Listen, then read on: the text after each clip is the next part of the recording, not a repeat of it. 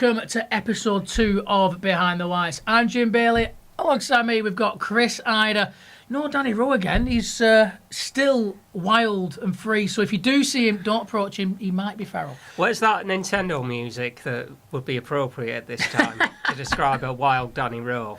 That's exactly. Well, if he pops up, don't battle him. We are here for episode 2, and we hope you enjoyed episode 1, and we hope you continue to like, share, and subscribe these episodes as well. We've got something very, very special, though, this time around. Later on, we will be joined by Pete, and we're going to be looking forward, of course, to the men's first team game against Blackpool at the weekend. But right now we're going to focus on all things Bolton Wanderers women, because we've been joined by the Bolton Wanderers women's manager, Miles Smith. Miles, welcome to the show. This is Behind the Whites. Great to have you. Yeah, thank you. Thank you for inviting me in. It's a pleasure. No, absolutely great to have you. And thank you as well, because as you may see, we have added to our collection of shirts with the brand new, the first ever actual senior women's Wanderers shirt, which is absolutely fantastic.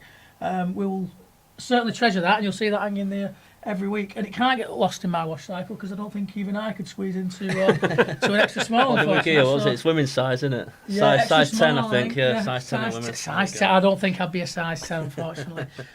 So let's crack on to a little bit of Wanderers ladies. And of course, your first season as a team, it must have been quite a race to get a squad put in place. I could see them all coming through on Twitter at the time, all thick and fast. But obviously you put a very good squad together, because the start of the season has been absolutely magnificent, hasn't it? Yeah, it has been a great start. I think if you asked me at the start, before I came in, that would be 9 wins from 9 in the league, then I'd have definitely taken that before taking the job. But look, in terms of when I first stepped in, I looked and did the research of the team last year and how they did in the league, and I think it was 37 points off top of the league, and I came in knowing that the ambition was to go through the leagues, and that tells me that we needed to bring in some new faces in order to try and achieve that. But also we had a good core squad already there, and the credit there has to go to Bolton Wanderers in the community, to be honest, who have carried this women's team since its existence, before it's been brought into the main club. And they've done an incredible job with it. The people in the community and the staff that have carried this women's team should be super proud, and they've handed it to me in a very good place. So whilst there was 5 or 6 players that we brought in, there was a good core group there, which certainly makes my job a lot easier. Yeah, absolutely. And it's got the the academy system as well, hasn't it? With the girls coming through the ranks, and that again, as you say, must have been a massive help. Yeah, definitely. As I said, the work that's been done in the background that probably a lot of people haven't seen, because it's only just started to come to the limelight, really. But the work that's been done in the background from Bolton in the community over the years has been huge. It's been huge, and this women's team wouldn't be where it's at now if it wasn't for all that work from Ben, who heads up the community, and Carl and Tom, who are working with me now as first team coaches. They've done incredible work for the women's programme at Bolton as a club, and like you said, the pathway now is extremely strong. We've got players that we often send over the years to your so-called bigger teams, your Man United, your Man Cities, Everton, Liverpool, but now hopefully we're in a position where they can start to play for Bolton Wanderers women's first team, which is what we want. Yeah, absolutely. And it's, as you say, 9 wins from 9 in the league, some big results in there as well. Double figures at one point. Yeah, double figures in a few games, which obviously, sometimes you'd like them to be a bit more challenging, but you can't complain with a win, I guess. No, absolutely, and progressing in the cup as well.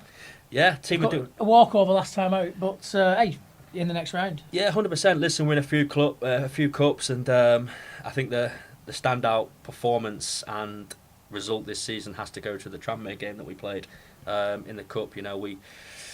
They're a team in the league above. They're doing very well in the league above, in Tier 5 at the moment. They're up there sort of battling for the top spaces. And to beat them in the cup convincingly, and the performance that we put on, especially in the second half, was something that, that was a bit of a stamp to show what this team can do when they're firing on all cylinders, really, to be honest. Miles, tell me about what you've made of the Division 1 North campaign, because what I quite like about it, because I'm the guy who ends up compiling all the local football results, and one of the leagues covered is the Northwest Women's Regional League, Division 1 North. Well, naturally, because that's the one that Bolton Wanderers women are in. You've got the likes of Ratcliffe and Abbott's and LR ladies also in there as well. Not Can we call them derby matches, or is it stretching it a little bit, would you say? You know what, you can call them whatever you like. We take every game, and look, obviously every opposition we play, whether it's a derby, whether it's not, we go out there and try and just make sure it's 11 players against 11, and we do our best. But yeah, I think the Everton-Alard game came across as a bit of a derby. Because of where we play our home games as well, it certainly had a touch on of that, yeah. What is quite cool, and we're going to touch on this in a little bit, but in a couple of weeks' time, you're going to be going over to Burnden Park, or as it's called these days, the Safegas UK Stadium. But the week before, which is very nice indeed, is the fact you're going to be taking on Preston North End, and that will be the Festive Family Fun Day. Now, what makes it so special, this Festive Family Fun Day? It's at the usual home ground, the Dreams to Reality Stadium, the home of Atherton Collieries. What's so special about this particular day? Well, I think what's special for us, for the staff and the players, it gives us an opportunity to say thank you to the fans. The numbers of the attendances that we've had from fans has been incredible. We've been getting, average 500 plus fans at every home game. We've been taking a big away following as well. And in women's football in Tier 6, that's so impressive. There's teams that I know in the Championship that aren't getting those attendances. There's teams in the WSL. We're only a couple of hundred of matching their attendances. So I think that's a huge credit to the fan base and the support that they've shown for this women's team, especially now it's getting a bit cold out there. But it's our way of saying thank you and being able to put something on for the fans to give them hopefully some entertainment off the pitch as well as hopefully some entertainment on the pitch as well. So it's important for us to put on a bit of a show off the pitch for them as a way of saying thank you, and say thank you to all the faces that come down regularly, but also an opportunity to get some new faces down and to see what it's like, and hopefully, that we'll see them again. So, of course, as you say, Wanderers Women has been building up through the football in the community and building up through the youth ranks, as we've mentioned. But how important is it for Bolton as a town? Because I know they had Bolton Women previously. As many sports clubs found out through the pandemic, difficult to keep going, and unfortunately did seem to drop off. So then the town didn't have a senior women's team representing Bolton. How important was it that Wanderers stepped up and said, we're going to do this now? It's massive. It's really massive. I think for a club the size of Bolton and everything that this club is, it's important that you have women representing this football club. It gives an opportunity for young, aspiring girls in the town and beyond the town who want to become footballers, that it gives them an extra opportunity. It gives an opportunity to play. In women's football, it's always so important to grow participation. And again, the community are doing a great job of that and putting free sessions on for girls at schools and things like that. But it gives them something to aspire to and look up to, these young supporters, these young fans. I think there was a game against Radcliffe, and we just made a couple of signings, Faye Knox and Nishai Gordon, who have come onto the scene and sort of lit the place up, to be honest with you, with their performances. Two fantastic players. And there was a couple of Radcliffe fans. There was a group of 5 or 6 young girls who I literally think they had a Radcliffe hoodie on, and at the end of the game I think they took it off and said, can we play for Bolton instead? which we're all for, of course, but that's what it's about. It's about aspiring the next generation. It's about having women that can represent this football club. And it's about giving the women a platform to represent this football club, and that's what we've done. And as you said, we want to go on and progress. We're in a very good place right now, but there's a lot of work to go. We've only been, I think, 22 weeks into this project since I started. So we've done a lot in a short amount of time, but there's a long way to go. And football results can go either way. Nobody can call what's going to happen in the future, but as long as the club, we have our objectives of where we want to get to. As long as we keep making progress, then we will get there, I'm sure. Women's football is just getting bigger and bigger and bigger, isn't it? Yeah, and that's one of the pleasing things to be a part of. You're part of something, and everybody's got the same objective, and that's to grow the game.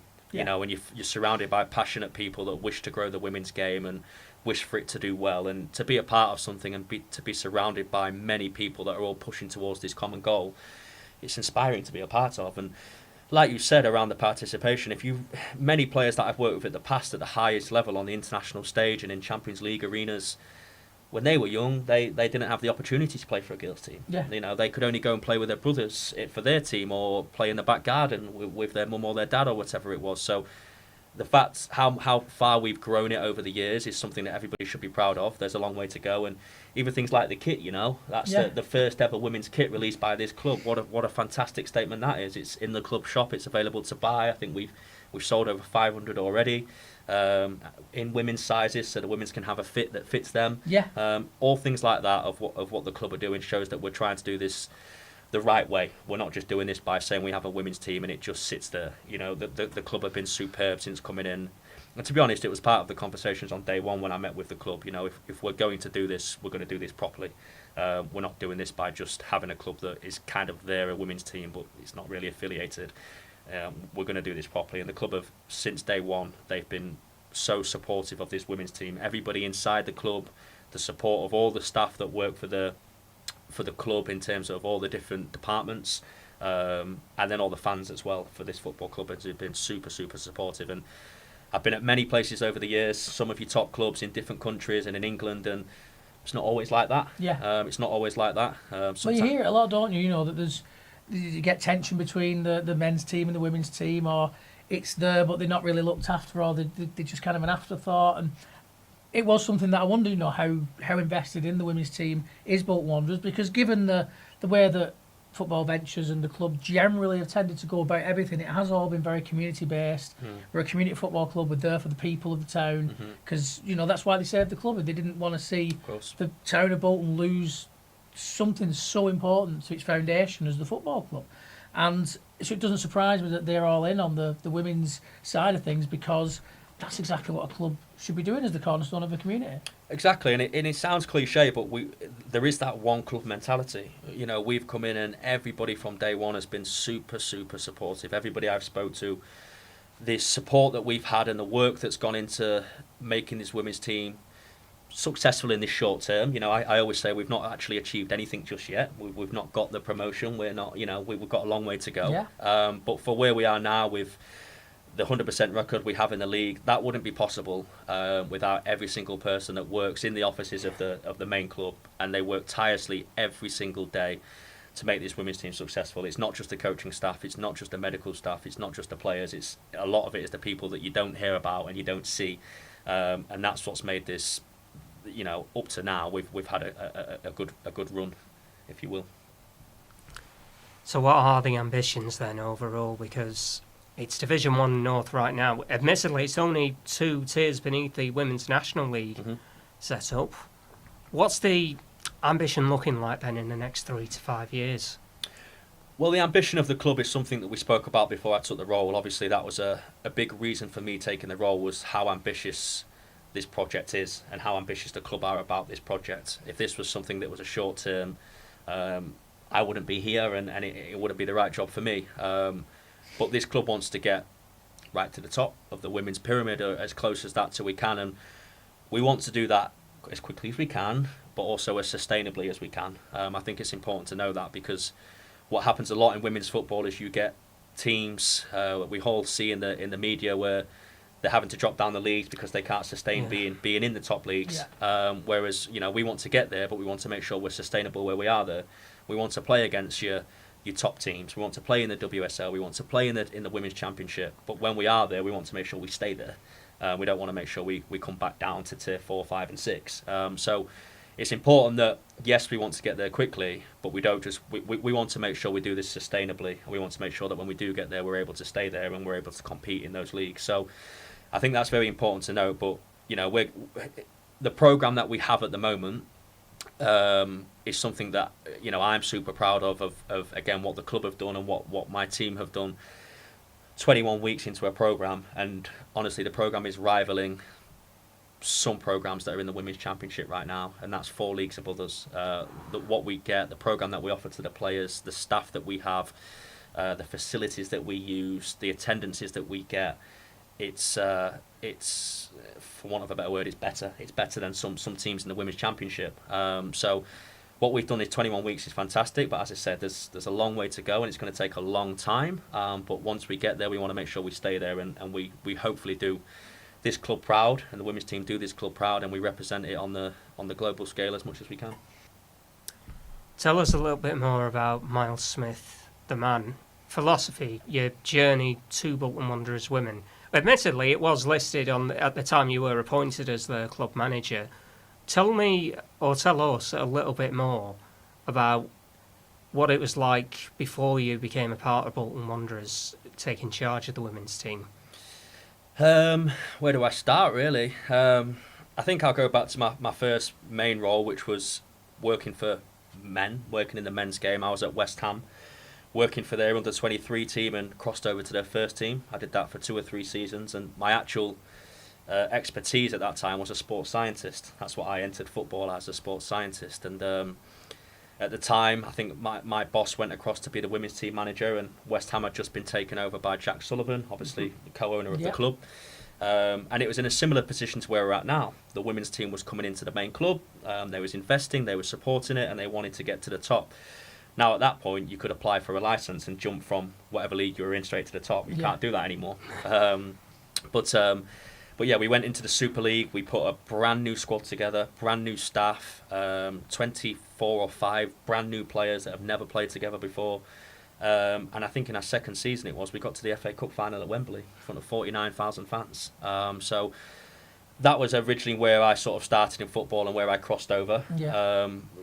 It's key to mention that when I did go to West Ham Women's, that sort of kicked on. I started my coaching journey. I was going to say, was that what kind of inspired you to think, you know what, actually, I'll get involved in the coaching? Or was it that they said, come over here and do your coaching badges and get involved? It was a bit of both. I think when I was at West Ham Men's, it was a fantastic role. I loved that. I worked with some incredible players, players Declan Rice, who's now obviously future England captain in my opinion, and Josh Cullen now at Burnley, and many, many, many others. But I was a sports scientist there, and you don't always get a huge say, and you don't get to have a massive influence. And I wanted more influence. I feel like I could give more, and I wanted to have more influence. And looking from the outside, I thought the way to get that influence is to be a coach. So I sort of slowly started to transition into coaching when I moved across into the women's game. And then it went from there, really. I was at West Ham in many different roles. Assistant manager was the main one, but academy director as well for the women's programme. I'll get my numbers wrong here, but maybe 4 to 5 seasons it was, working under different managers. Matt Bird, who's a very experienced manager now at Liverpool. Ollie Harder, who's another great experienced manager. Paul Konchesky, who we all know. So we had some great times at West Ham. We had a lot of success. Highest ever points finish whilst we were there. We was in a few relegation battles, so I've had sort of both levels of it. And then 10 years at the club throughout the men's and the women's. I moved back to the north, where is my home, where I wanted to be again. Can't beat it up north, can you? No, I'd missed it. 10 years in London took its toll, I'm telling you. Proper cup of tea, that's what you miss. Yeah, exactly. But yeah, no, I went to Man United after that. So I was part of the Man United women's team, and I took a slightly different role there. I was involved in, most of it was the sort of scouting and recruitment side of things, which was something new for me, but something that, was interesting. I knew the women's game quite well at that point. I knew the market quite well. I knew the players and all the rest of it. So I was involved in that for Man United, and I was extremely happy there. Really well looked after. Again, a great club to be a part of. But I got a phone call, to be honest, from a man called Nick McCreary, who sort of runs and owns the Jobs for Football website. He gave me a phone call and said that there's been a team in Saudi Arabia asking about potentially going over there. And at first I kind of thought, I'm at Man United. I've just moved back home. I'm not really that interested. And we had a conversation. And again, the club showed great ambition of what they were trying to do. And I think to be part of something where, again, I spoke about earlier, to try and evolve women's football is a huge thing and a really positive thing to be a part of. To try and evolve women's football in a country like Saudi Arabia is even more inspiring. Wow. It's not somewhere renowned for its rights towards women, and to have women's football growing in a country like that is absolutely massive, and gives so much more opportunity and so much more ambition, again, like you say. So I can see that's hugely appealing, without a doubt. 100%. And I think, listen, a lot of people say, you go over there for the contracts and the money and blah, blah, blah. And listen, you can't deny that happens. It comes with that side of things. But for me, it was a massive part of that was, going to be able to try and make a change again in a country where I've never been. I've never coached abroad before this. I've always coached in England and most of the time at the highest level in England. So this was going to be something completely new to me. And when I got over there, some of the players had only been playing football for 2 or 3 years, and they were now put on this global stage, and everybody's watching them, and they had to deal with the pressure of now being an Etihad women's team player. This is the club where we're training on a pitch and Benzema is 10 yards away from us. You know, this is the pressure that they had to deal with straight from the start. And some of them have been playing football for 2 years, and not only that, playing underground. You know, playing underground where nobody can see and it's all secretive. And what I would say is, you know, it was an unbelievable eye-opening experience, and something that I thoroughly enjoyed. And I don't have anything negative to say about my experience there. And I signed a few players whilst I was over there. Leanne Robe, I signed from Liverpool. Ashley Plumpter. It's quite an interesting story, actually. When I was at Man United, there was talks of her coming, and she was about to come to Man United, and I went to Saudi, and I sort of said, you know, do you want to come to Saudi instead? And I took her to Etihad. So less rain. Yeah, exactly. But they're both over there now and thoroughly enjoying the experience. And cut the long story short, I finished a role in Saudi as the assistant manager again, and came back over here, and I had a few different offers on the table. I could have gone back into the WSL as assistant, in the Women's Championship as assistant, a few countries as assistant or head coach. And I met Bolton, I met Neil at the time, obviously Neil Hart at the time, and from the very first meeting that I had with them, and when they spoke about what they want to do for this women's team and what they want to be known as and where they want to get to, I don't think I let off at the time, but I was sold. Yeah, it sounds like there's an alignment there. It sounds like they were certainly speaking your language with that ambition, 100%. What they wanted to do. And I think the biggest thing for me, this was, although I said the community have done a fantastic job in making this women's team exist and carry it forward, this was a bit of a blank project. It was a blank canvas, and as a coach, as a head coach, that's a dream, to have this blank canvas and you're about to start something. And you can really mould it in your image, can't you, and what you want. Exactly. You can mould it into what you think and how it should look, and obviously, you know, it's not just a small canvas, it's huge, and the potential, the ambition and what you can do with it is incredible. And that sort of leads me to where we are now, and now 22 weeks into this project. Yeah, absolutely. It's very, very exciting. Of course, as we mentioned earlier, the Family Fun Day, the festive Family Fun Day is coming up soon. 1st of December, is that? 1st of December, yeah. 1st of December against Preston North End at Atherton College, the Dreams to Reality Stadium. And I do believe that we're going to be trying to rustle up a little bit of a behind the whites trip down to that game. Brilliant. So we'll be in attendance, and we'll find out even more about the women's team, because it's a very exciting project. And like I say, I think it's very important that Bolton the town, but Bolton Wanderers is the club that represents our town, has that senior women's team for girls to look up to, and to see it happening so successfully, like right off the bat. It does make you think, well, you know, where can this go? And hopefully it can be very much right to the top. Definitely, and hopefully when you do come down, you get to see some of the way we play, and it might answer the question a little bit better, hopefully, unless we have an off day. But no, look, I think it goes to show as well the attention that we're getting. I've got managers in the Champions League and the WSL in the men's game that are texting me now saying, you know, you're doing incredible. The limelight's on us and people are aware of us. We've got national journalists that are coming to want to speak to us, that want to come down to the training ground and have a look at what we do, and they've heard about this incredible project. And you know, these journalists are some of the biggest writers in women's football. So that, you know, we must be hopefully doing something right, and long may that continue to make the club proud. Absolutely, it's certainly going right at the moment. Before we do let you escape off into the very, very cold night of Bolton, I'm thinking of something that we could just do to just ask every guest we ever have on, and when we can compile some of this information and find out some pointless statistics for people. So I thought, I'm certainly definitely not stalling this off any Radio 4 programmes, right? Okay. Especially not Desert Island Discs. But I thought, obviously, you know, we want to know, if you were slung off to a desert island of football, what record would you take? What book would you take? But most importantly, what football game would you take to watch? You can have, I know, we're giving you a VCR and a TV. You can watch one game of football. What game of football would it be? Wow, that's a good question. You start at the top if you want with the record, because that's usually the one that's a fairly easy one to pull. Listen, I'm a big fan of the Manchester scene and the Manchester music. I think an Oasis track of some sort. I'm thinking potentially Live Forever or some one of the Oasis tracks would be right. Live Forever's a great show. Are you going to the to one of the many gigs? Yeah. Hopefully I'll be there. With the tickets are secure. It just depends if the job allows now. But the tickets, of course, the tickets are there and they're secured. But if the job doesn't allow, I'm sure there's plenty of people out there. Yeah, who'd love to take those tickets off your hands. Of course, yeah. I've got a waiting list already. I have. But yeah, no, the tickets are there, and hopefully I get to go. But yeah, you have caught me on the spot, and my family are going to be so disappointed with my answer, to be honest with you. But it would be an Oasis track of some sort. I think the other fun was a football game, right? A book and a football game. I don't know, a book I literally have just stolen. There's out of this. So, A books I find a little bit easier. Growth Mindset, it's called by Carol Dweck.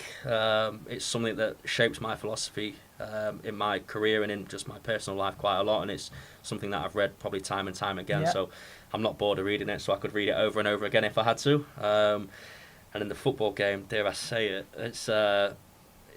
it's probably United Bayern Munich 99. Oh wow, I mean 99, dare I say it, yeah. I could watch like the last few minutes of that game on a loop. I mean, I'm not even a United fan, but just what a moment for football. Well, it's a similar reason for the book. I was only a kid at the time, so it's a vague memory. But the amount of times I've watched that game since growing up, obviously, and I could watch it over and over again. So I'll be reading and I'll be watching that video. But the music one, I'll still to decide, I guess. Yeah. Well, there you go.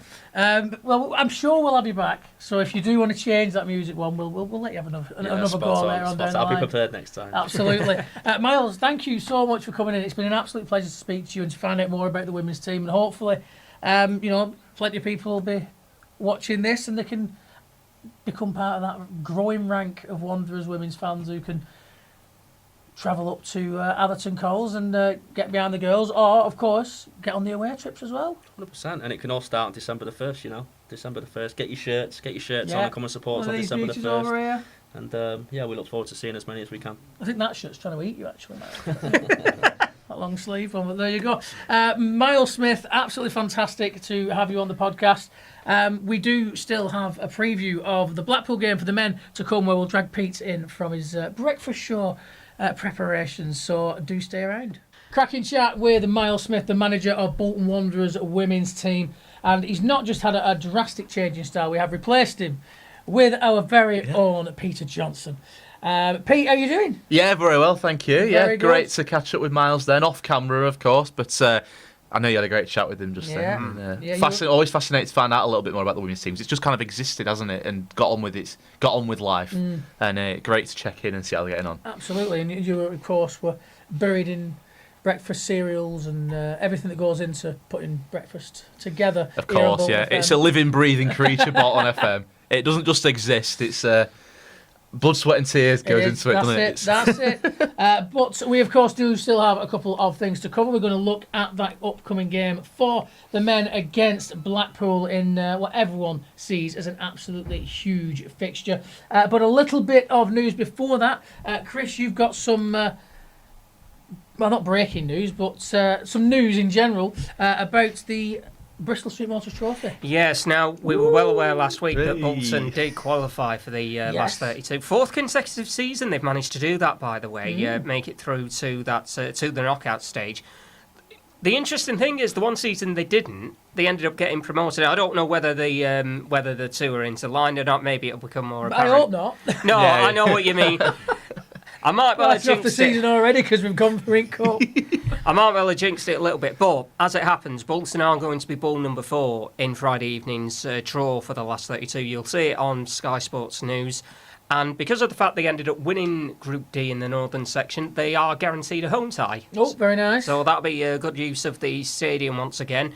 Because, well, let's face it, from now up until Christmas, well, why don't we be honest with ourselves? Even beyond that, it's going to be exceedingly busy for the men's team. Oh, absolutely. And this one is a fixture like this is just going to add to it a little bit. But Bolton are going to be in draw A of the northern section, and it means they will face one of the following: Crewe Alexandra, Huddersfield Town, Lincoln City or Bradford City in the last 32 at the Tough Sheet Community Stadium. The last 32 ties are scheduled to be played the week commencing Monday the 9th of December, and the draw is scheduled to take place on Sky Sports News shortly after 6 p.m. this coming Friday. Rather not have Huddersfield at home again, thank you. But that's understandable. Any of the others sound like quite interesting draws. I mean, to be fair, Huddersfield would be quite an interesting draw, wouldn't it? But recent history suggests that's probably not a great idea. Well, yes. The Bristol Street Motors draw this Friday, 6 o'clock, Sky Sports News. Kick off your weekend in style with a little bit of Bristol Street Motors trophy draw action. Of course, EFL Sky Bet League One is where our main attention will be. Well, let's be honest with you, for the remainder of the season. But it all gets going again after the international break with the visit of Blackpool. It's big gonna one. be. It's a big game. It's always a big game when we play Blackpool, and of course, I'm expecting a cracking atmosphere. They always bring a little bit of a crew down with them to Blackpool. But on the pitch is where it really matters, and the boys have got to get the job done. Well, that is a very understated way of saying it. Admittedly, they're coming up against a team who, they're not quite ice cold at Blackpool, but they certainly haven't been great since the start of October. No, in fact, they got 2 points in the whole of October, 1 point so far in November. That was after Steve Bruce won his first 4 games when he came in September. They got that uplift, they did a massive bounce. Obviously, Steve Bruce had, again, sending best wishes to him, has had not the best situation recently since then. But it means that, for whatever reason, Blackpool haven't won since the end of September, picks up just 3 points in the last, 6.5, 7 weeks. So they're a vulnerable side. They're there for the taking.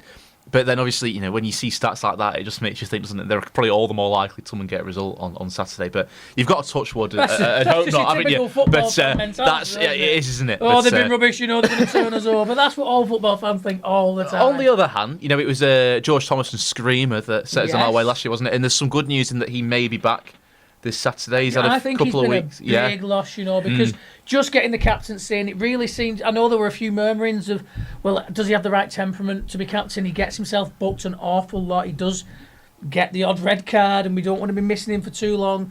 But actually, when he got that armband on, he seemed to really grow into that responsibility of the role very, very quickly, and then got injured. And I genuinely do think we've missed him a hell of a lot since, because although, yes, he's prone to a yellow card, sometimes he does bring a little bit of bite into that midfield, doesn't he? Yeah, he does. And I think you're right. I think bite is the key word there, I think. Because in many ways, something we spoke about last week, isn't it? It's that character and that grit, really, that has been missing from Bolton. And I think, I think you can put a lot of that down to George Thompson when he plays. He might pick up a yellow card early doors, but he lets the opponent know he's there, doesn't he? And I think, in very kind of simplistic layman's terms, in many ways, that's what Bolton have been missing. Just that, getting one early on the opponent or whatever, just those little mental battles. I think Georgie wins a lot of those mental battles as much as physical. And I think, to a large extent, that's maybe what's been missing the last few weeks. I think there's a safe case for arguing that Carl Dempsey's absence has been felt as well.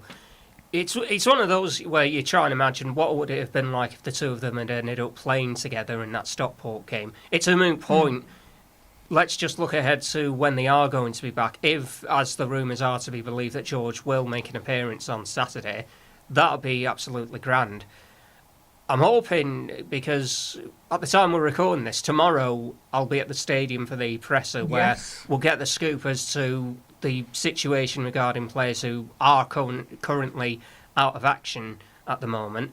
I am hoping that we do finally find out what the situation is with Kyle Dempsey, because they've kind of kept it very hush-hush rather than just saying, it's not a bad one, but we're not going to see him for a couple of months. Tell us anything, please. I don't know, maybe it's one of those that's a little bit more complex, and maybe they don't know the full extent. I'm not sure, but I'm sure we will find out in due course what the deal is. Because I do think that he's a player we miss. I think he's a player that when he gets the ball, he does look to go forward. He looks to be positive as his foremost thought, really. That just seems to be the way he plays. But again, he is a player that does or can add a little bit of grit to that midfield, a little bit of fight, and a little bit of bite. And maybe that is something, as we say, that's been missing. So it'd be great to get both of them back into the fold. Of course, we're expecting... or hoping, should I say, that Thomason's going to be ready for action by that game at the weekend. But we're certainly looking forward to having him back not long after that, if it's not the case. But I think it will make a difference. And just to have the captain back on the pitch as well, because, yes, okay, you get different leaders, and there's often a few leaders within a team. And, Rico's been playing, and we know that Rico has captained the side for a decent chunk of time. So it's not like there's no leadership out there. But I think that when you get that armband, the players do look up to the captain, and I think that when the captain's missing, it can have a little bit of a mental effect on the entire team. Yeah, I agree, and I think also when you look at the players who've been kind of mainstays throughout Ian Everett's tenure, you're looking at Santos and Thomason, really, aren't you, at this moment in time? So when it comes to putting Ian Everett's vision out on the pitch, apart from Ricardo Santos, who's had a go and had his struggles earlier this season, there's no one better really than to communicate Ian Everett's style and vision and philosophy than George Thomason in many ways. I think he's kind of one of the the two main embodiments, I think, of Ian Everett's football, along with Ricardo Santos. And I just think we spoke about last week what Ian Everett really, what he needs, what makes an Ian Everett side tick properly, and I think a lot of that does just come down to the likes of George Thomason, who are kind of so familiar with his style and translate his vision for a proper football team, a proper working football team onto the pitch. Do you know what's really weird about George Thomason? I ended up looking through my old notes when I did these past presses with Mr. Everett. He was out on loan at Bamber Bridge 4 years ago this month. It just speaks volumes for the fact that he's continued to grow and evolve in this Bolton team, and now he is the designated first team captain. Yeah, and it's ebbed and flowed, hasn't it? Because when he first broke into the team, he looked like a real promising player, and then a couple of years ago we thought maybe his time was up, and as the team improved and stronger players were brought into the club, we thought, and for a little while it did look like that, didn't it? I mean, it happened to Aaron Morley. Yeah. We thought, I think at one stage, it might even happen to the likes of Kyle Dempsey, and obviously we know how he's come back. So he's really had to fight for his place over the years. He's had to prove himself too, coming in as a very young lad, going out to Bamber Bridge, putting in the hard yards out on loan, and he's completely flourished. And I think it's helped him flourish. I think having that competition and having to continually try and improve yourself to make sure you continue to either hold down that first team spot or continue to be in contention for that first team spot, because he hasn't week in, week out always been the first name on the team sheet kind of a guy. We have seen him drop out of the team and be rotated and all of that jazz. So he has had to keep working extremely hard, and I think that's massively aided him becoming the player that he is at this moment in time, and hopefully will continue to help him develop into an even better player. Yeah, and if you could score another screamer on Saturday, that'd be absolutely fantastic. Come on, George, please. So, of course, the last time we were out in the league was the that game we don't really want to talk about, the 5-0 kicking down at Edgeley Park to Stockport County. So what do we want to see this time out in terms of getting a positive result? What do you think needs to change from what we've seen to what we want to see this weekend against Blackpool?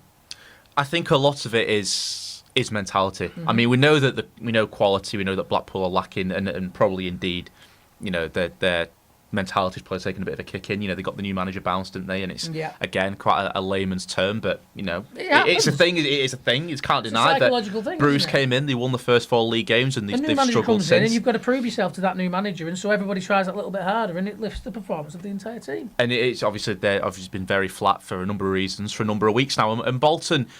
Similarly, really, there's no doubt there is the quality there, but again, perhaps just been a little bit flat in recent weeks. And I think both sides, from that perspective, will look at it as a great opportunity, because whoever wins this weekend, it does untold wonders for your confidence. If Bolton can, put a few past Blackpool, however poor they've been, bit of a local rival, bit of grit there, bit of needle there and there. And likewise for Blackpool, they've got 3 points in the last 7 weeks. And if they can come down here and win, it'll work wonders. So I think, it's one game out of 46, but I think it is a lot more than that, because just of how much a win for either side would mean. At a time when both of them really need a result desperately, I think a win for either of them could, could be season transforming potentially.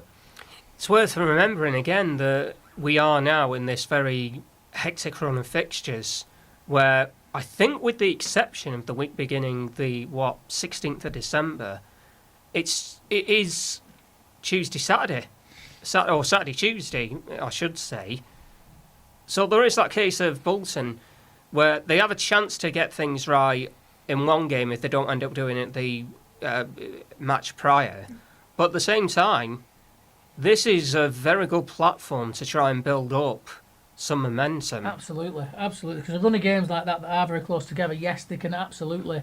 they put a lot of minutes in the legs. There's more risk of injury, but at the same time, if you can get a good run going, you can really ride that through, and it can put you in a really good position come the end of that fixture congestion when we're well into the new year. So, yeah, I think that's definitely something to take into account, because that's what we need, isn't it? We need a good run of momentum, a good run of wins, or positive results, and more points on the board. I think I will go for the obvious answer to the question of not conceding 5 goals. I want to see us a lot tighter at the back. I want to see us more organised. I want to see less individual errors. And I think that is something that, when there's been these whole Ian Abbott debates, is that when you look at the goals we're conceding, a lot of them are coming from individual mistakes. And unfortunately, there's not a right lot you can do as a manager to stop players making those individual errors when they come along, other than to say, well, X player's made too many individual errors and now I've got to replace him. But then you've got to have the budget to replace the player with. So I don't think it's sometimes quite as simple as, we just tweak the tactics or change the system and we're going to stop conceding goals. It's on the players to keep the concentration levels and not make those errors. And it's not as simplistic as that. That's not the only thing that's made us concede goals this season. But you do see it, and I think that is something that the players have to take into account and think, we want to get these errors out of our game. And I think I'm confident we'll see some of that, because as we spoke about last week, the players had that meeting where it was just the players. None of the management squad, management staff even was involved. They've had that meeting, and it looks like, as he said in the press conference, the players are trying to take that ownership and that responsibility and get themselves together and say, like, how do we change this now? How do we make sure that we're on the right page so that we can take what Ian Abbott's telling us and get out on the pitch in the way that we're supposed to, we can get positive results? Yeah, and they've had a full week and a half training now. I know they've been missing Josh, obviously. Shabby's been over with Hungary. Yeah. Dion's been over with Northern Ireland. But all in all, for those, Shabby not so much, but certainly for Josh and Dion, they've both had very, very positive international breaks, and we know how key those two players are. It's not really been working for Sheehan so far this season.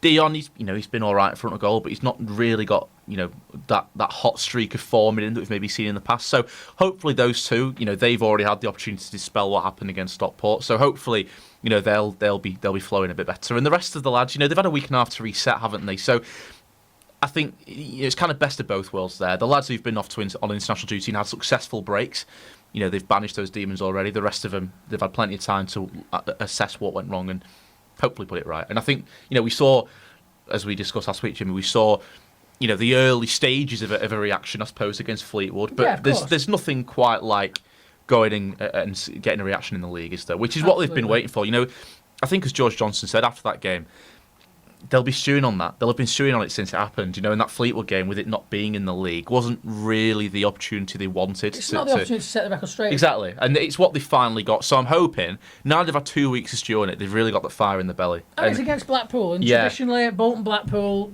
there's a rivalry there between those two clubs. And hopefully that'll just get them even more fired up. And we can see on Saturday, in that early kick-off, that we get a good reaction. Indeed. And that's all we've got time for with this episode of Behind the White. So do like, share and subscribe. Leave us any comments if you've got any questions or any suggestions. Just leave them down below, and we'll try and incorporate some of those into the show as we move forward. And if you've got any shirts you want to send us, hang on here, we'll always take a free shirt. Free anything really, but there you go. Do like I said, do like and subscribe, and don't forget to get behind the whites.